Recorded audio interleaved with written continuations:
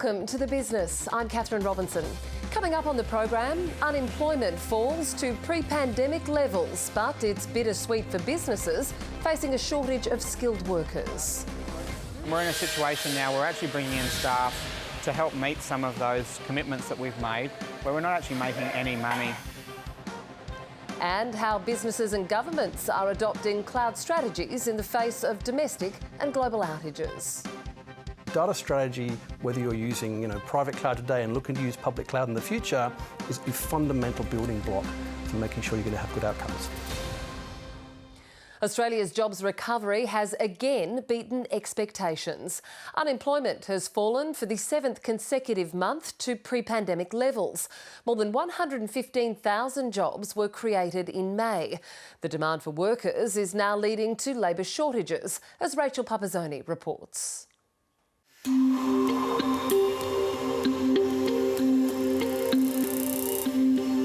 Jared Fitzclarence's engineering and manufacturing company in Karratha in Western Australia is in expansion mode.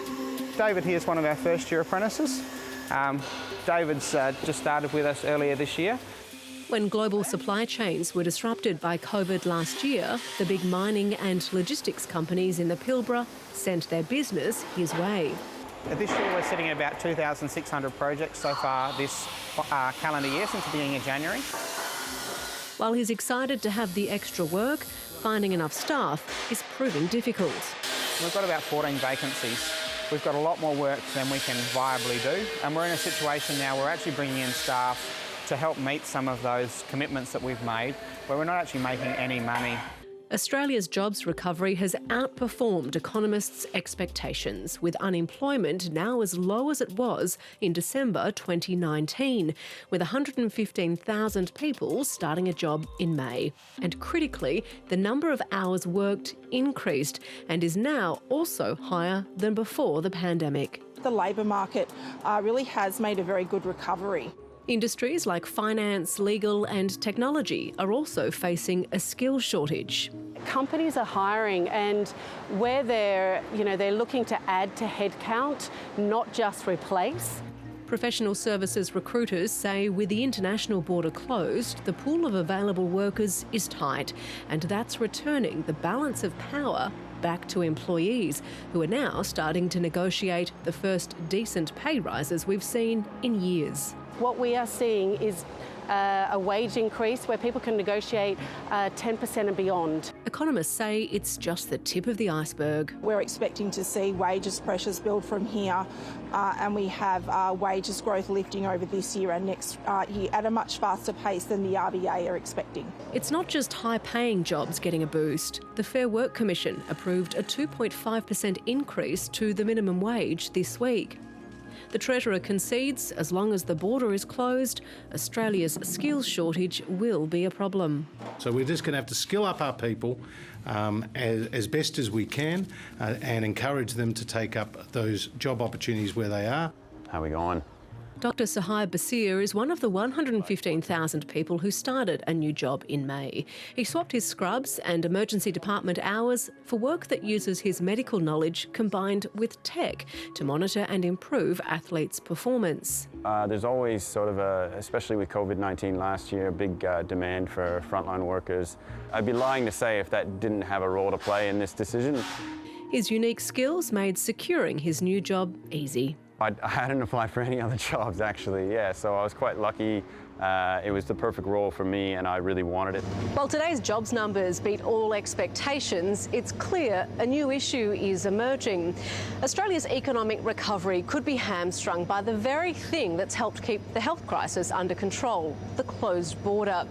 Without net overseas migration, the number of workers looking for a job in Australia will plateau, and the skills shortage is likely to worsen. US Federal Reserve officials now see interest rates rising in 2023 rather than the following year, as the US Central Bank opens up discussions about winding back pandemic stimulus. Fed Chair Jerome Powell is optimistic about the economic recovery, but says borrowing costs will remain low for some time. Liftoff is well into the future. The near-term thing is really the near-term discussion that will begin is really about the path of asset purchases. Meantime, our own central bank is weighing up the future of its bond buying program. RBA Governor Philip Lowe says the board would decide whether to scale back bond purchases at its July meeting. The RBA's bond purchase program is one of the factors that's underpinning the accommodative financial conditions necessary for the economic recovery.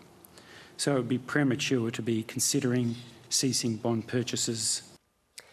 To markets now, and the ASX dipped after several days of recording highs. Both the All Ordinaries and the ASX 200 were down 0.4%. And the Aussie dollar is trading around 76 US cents.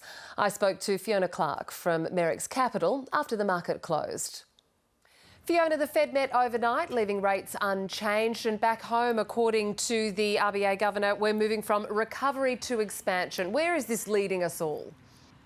Well, we got a bit of humour from the head of the US Federal Reserve when he joked that, following on from comments he's made in the past about not even thinking about raising rates, this was the meeting where they talked about rate rises. So the bringing forward expectations of increases in rates in the US did lead to a few wobbles on markets overseas. For us today, our RBA Governor talking at the Australian Farm Conference in Toowoomba, him really talking about the issues that he's raised before, namely stability, housing market stability, financial market stability in the sense of rising house prices while we've also got low interest rates. He also talked about the labour market and gave some reasons why we're not seeing the increase in employment flowing through to wage increases. And of course, talking about the fact that we will see a transitory increase in inflation, and that won't necessarily flow through to a longer term inflation, and that this necessarily won't result in increases in interest rates here domestically. Fiona, we also had our employment numbers out today. They were stronger than expected. They were fantastic numbers today. There is absolutely nothing bad to say here. The unemployment rate down to 5.1%, and that's despite the fact that we saw the second highest participation rate in history. The underemployment rate, that's people who would like to work more hours, down at 7.4%, and the underutilisation rate, the combination of those two, at 12.5%. We haven't seen that number since early 2013. And just finally, Fiona, how did this all play into how the market moved today? Well, the key influence, I guess, was the Australian dollar, which fell on the back of the comments from the US Federal Reserve last night and then rose again after the employment numbers. In terms of market news, some of the best performers today in the IT sector, we also saw Seven West Media rally very strongly after it said that the market was underestimating its earnings for the year and its guidance was above consensus. We also saw Coles have a strategy day, and while there were some really good aspects to that, to the numbers and the update they provided, they did highlight that capital expenditure was going to increase to $1.5 billion next year on top of $1.1 billion this year as it invests in its online strategies. Fiona Clark, thank you. Absolute pleasure. Thousands of banking customers were today unable to access their online financial services from ANZ, CBA and Westpac after an outage with tech service provider Akamai. It follows the recent disruption at Fastly, a similar cloud and content delivery network provider which took out major global websites. Despite these vulnerabilities, demand for cloud technology is high, with growth in the local server and storage market up 11% this year.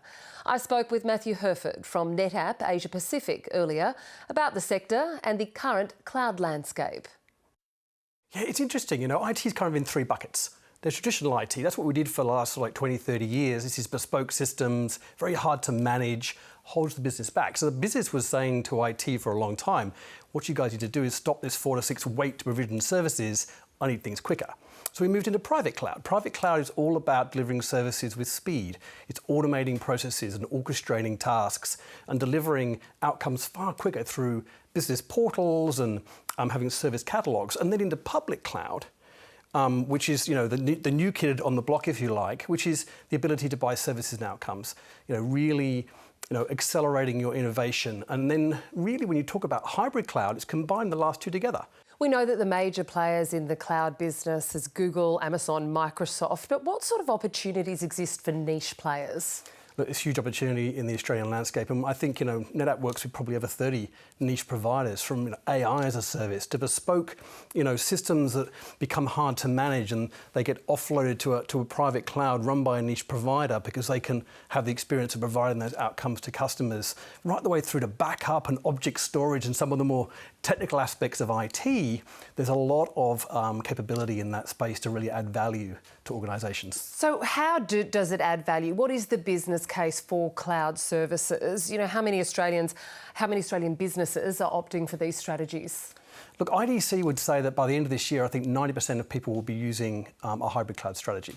I read a report from the Synergy Research Group that said that in 2020, we actually broke that parity. So for the first time, I think they say $100 billion worth of hardware and software is purchased for on-prem, for private cloud, if you like.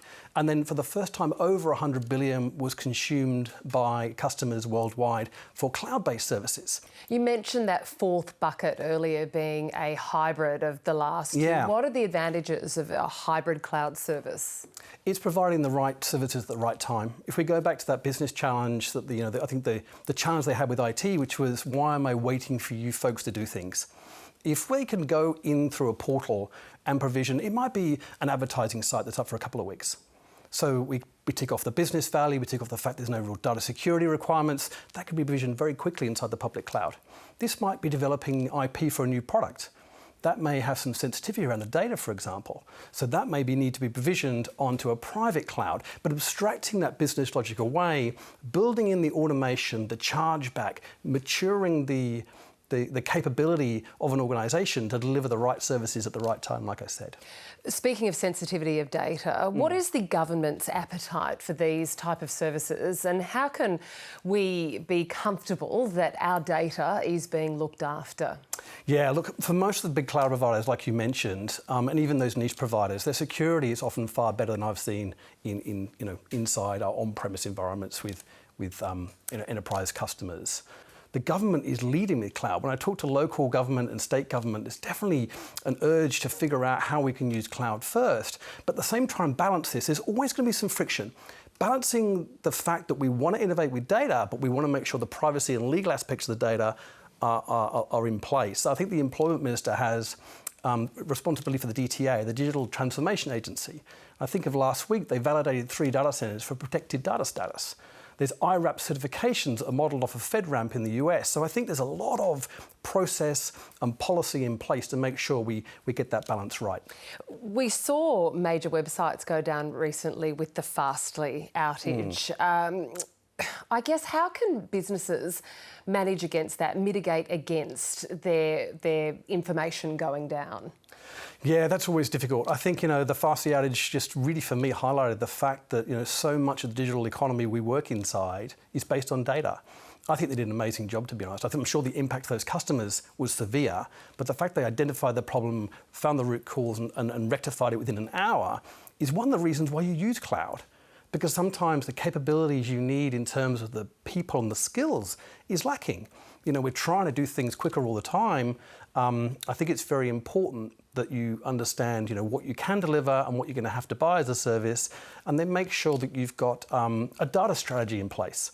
I think a data strategy, whether you're using, private cloud today and looking to use public cloud in the future, is a fundamental building block for making sure you're going to have good outcomes. Almost like it goes hand in hand with the marketing strategy and a business strategy, isn't it? Data is the way of the future for businesses at so many levels. So just finally, what are the growth areas that exist in this sector for Australian businesses? Look, I think that, we want to drive a digital economy. We want to be an innovator in the marketplace. And I think the ability for Australian customers in a COVID-driven world to reach customers outside of our boundaries is there with a digital landscape. Figuring out how we can leverage data to provide differentiated service outcomes should be a key strategy for any organisation. Matthew Herford, thank you for your time. Thank you, Kath. And that is all from The Business. For more on those stories, go to our website and click on the business page. You can also watch the show anytime on iView. I'm Catherine Robinson. Thanks for your company. Good night.